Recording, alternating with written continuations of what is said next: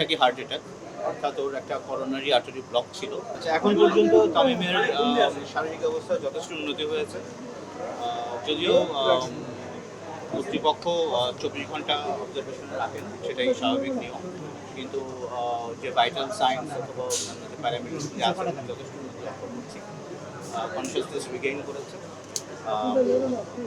হাসপাতাল কর্তৃপক্ষ যথেষ্ট আন্তরিক এবং যথেষ্ট চেষ্টা করছে আরও বেটারমেন্টের জন্য। তো আমরা খুবই আশাবাদী যে একদিনের মধ্যে আমরা উল্লেখযোগ্য পরিমাণ সিগনিফিকেন্ট ইমপ্রুভমেন্ট দেখতে পাবো। সাধারণত 24 ঘন্টার পরে কর্তৃপক্ষ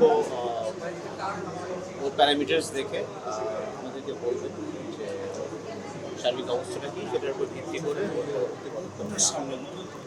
এটা একটা হার্ট অ্যাটাক বলেই আমরা সাধারণ মানুষের আমি বলে থাকি হার্ট অ্যাটাক, অর্থাৎ ওর একটা করোনারি আর্টারি ব্লক ছিল এবং সময় মতো সেটা ডায়াগনোস হওয়াতে সেই সমস্যাটাকে ওরা এখানে ক্যাথল্যাবে দূর করে এবং তারপরে ওকে শিশুতে রাখা হয় এবং শিশুতে ওর অবস্থা ধীরে ধীরে উন্নতি হতে থাকে। অবস্থা প্রথমে অবশ্যই একটু ক্রিটিক্যাল ছিল, বাট যত সময় যাচ্ছে ও রিকভার করছে।